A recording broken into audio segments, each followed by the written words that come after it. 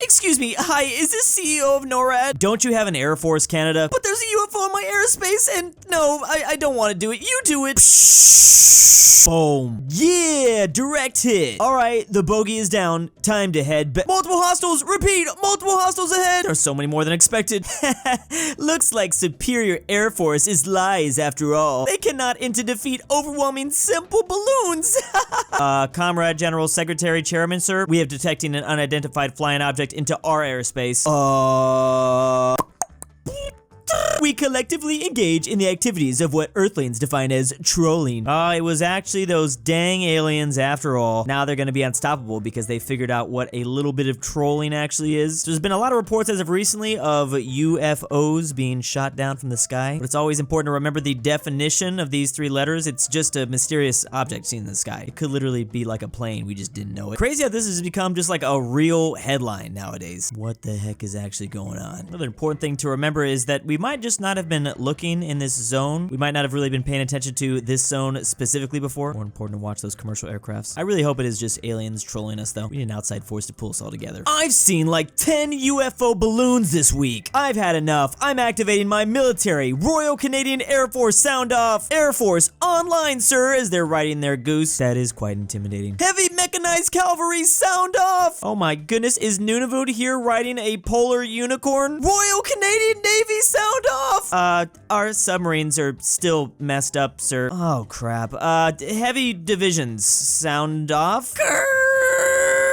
Bonjour, says Quebec. I get why America makes fun of me, and I'm guessing this is exactly why Canada calls for the US to help take down those little balloons. Don't underestimate their powerful Air Force, though. They will definitely go out with a bang. Overall, though, this comic is referring to how the Canadian military might not be at its strongest, I guess. Although I'm pretty sure all you need is one of these, and you'll be able to take out any country on Earth. According to this site, though, Canada ranks as the 27th strongest military out of 145 nations, although our neighbors to the south of the US aren't too far behind. They're in 31. 27 and 31 aren't that bad until you remember that, yeah, there's a certain one nearby. Why even use your military when you have this right next to you that'll do it for you? Maybe with just like 12 more of those polar unicorns, they'll be able to rank up to at least in the top 10. Ooh, the definition of alphabets. Standardized set of basic written graphemes called letters representing units of sound like consonants and vowels that distinguish words of certain spoken languages. Here's an example right here between England and Bulgaria. Yeah, Cyrillic is pretty difficult. How about abjabs? A writing system in which only consonants are represented, leaving vowel sounds to be inferred by the reader. Saida, how can I recite Quran if I don't know what vowel says? I not know. Figure out you is. How about abogidas? Sometimes known as basically a pseudo-alphabet. It's a segmental writing system in which consonant-vowel sequences are written in units based on consonant letters and vowel notations. What the hell did I just read? I'm so creative and uniquely, says India. I have used vowels as marking instead of its own letters. This will definitely make my language easiest. What are syllabaries now? A set of written symbols that represent the syllables, or more frequently, maras, which make up words. Should we make it more noticeable to Clays that ka, ki, ku, ki, and ko is the same consonant? No. But if harder the language, the smarter the child. How many more are there of these? A written character that represents a word, concept, idea, or morpheme? Please, if not do the do. You know that when you open the turn back is no. I'm sorry, but I need know what the Chinese script of that word is. That is quite the language book, but I'm not surprised. So this comic was breaking down all the different writing systems throughout the world. Of course, we have alphabets, which we're probably all the most familiar with. Abjabs, which is more popular in Arabic. We have this thing that India is doing. And of course, there's what Japan is doing and what China is doing, which I knew was going to be difficult before we even got into it. The Arabic one seems to be the most terrifying to me because you have to just infer what the vowels sounds like. Like, how does that even work? This linguistic stuff is confusing, but also very educational. Ooh, country ball, Jeopardy. I would like to guess this is a Welsh ball picking, I think, their longest town name. It's like 26 letters long. I don't even want to think about the hell it would be to try to pronounce this. I think Wales got it right, though. What about Sweden with O? That's a lot easier. Is that word cat? How about with the show The Great British Bake Off? This tastes like crap. Not enough uncooked rat in it. Meanwhile, the Swedish version of The Great British Bake Off, nice cake. 10 out of 10. Wait a second, but there is no Naked and afraid? Time to survive in the wild. I feel so naked without my glasses, says USA Ball. Meanwhile, the Swedish version of this show, why do you still have clothes on? Meanwhile, Iceland running away crying. So this is true. There are different game show versions for different countries around the world. Although this appears to be Wheel of Fortune, not Jeopardy, but we'll just ignore that. Sometimes they'll change the name of the program. So for the Argentina version of Family Feud, they actually call it 100 Argentinos They Say. That's like the translations. But then you have almost like a direct translation for the Argentinian version of The Price is Right. Oh, same for Quien Quiere Ser Merenero. There's literally a massive Wikipedia list that breaks down all the countries and all the different versions, usually of US television shows. They started in the US.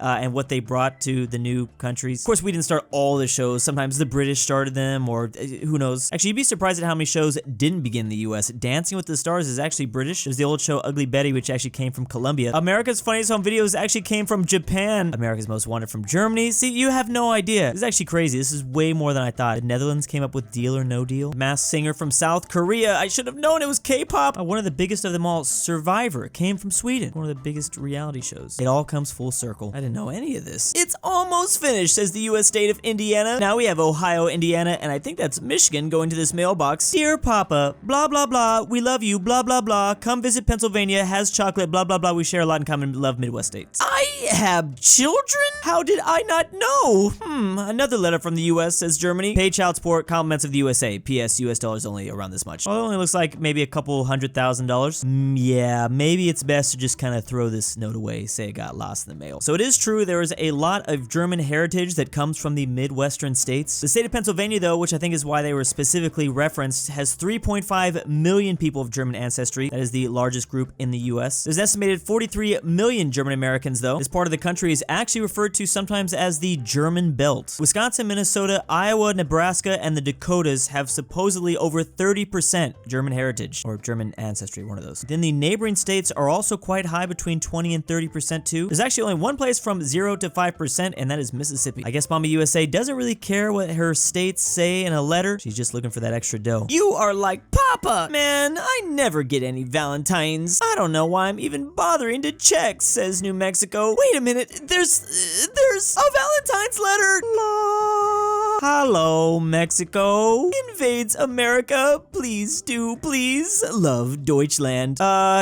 You know what?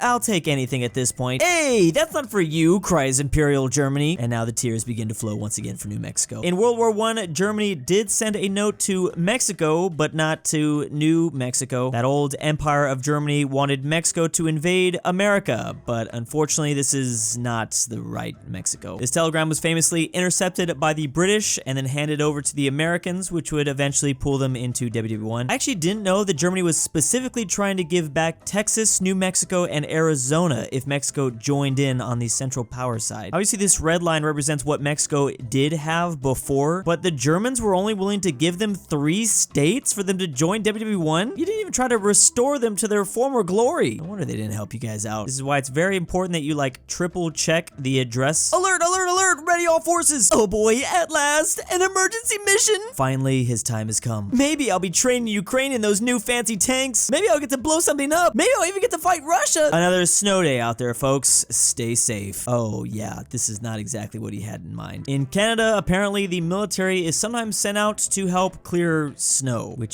shouldn't be surprising. It is Canada. This article doubles in at top 10 greatest battles Canada's ever been involved in. It, however, has been a minute since they've had to do this last. It was previously in 1999 in Toronto. January 2nd dropped almost 38 centimeters of snow, causing commuter chaos in the city's downtown core. Wait a second, if this is all I had to do, maybe I would have joined the military. Not trying to get shot. This is how Canada does their own special military operations. You know what, Italy? It's time for you to learn some real democratic language. I like how America's telling this to Bulgaria. Okay, let's start simple. So try to write capital letters using the clues given by the little letters. You can do that.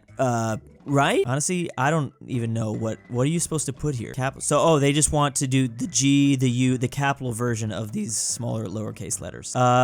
Bulgaria, what are you doing? What is no. Wow, that is literally my reaction. So the Cyrillic alphabet really confuses us Americans, or I guess anyone that just doesn't use it in general. This is true sometimes when you're handwriting Cyrillic. Some people will do it like this. It's like an N for a U, a T for an M. There's actually a difference in the characters when it's printed versus handwritten. I wonder how a random lowercase m came to replace a lowercase t. Like, it seems like it'd be way harder. I mean, I guess you do have to lift up for a second and then do the T. That's a little bit more annoying than just boom, boom. Okay, maybe that is easier. Interestingly, it seems to mostly be the lowercase letters when handwritten that gets changed. Here's like a random mirrored S. Also like a 6 for this. It's always the lowercase for some reason. I remember people specifically making fun of me in school for making my 2s like this. It's way easier. Like, it's just boom. I don't have to lift up my my cursor or my pencil, whatever. I do write like a kindergartner though, I will say. I think I'm starting to get Cyrillic now pretty much. Ooh, we have some Somali pirates. Here they are getting ready to do some pirate things. Oh,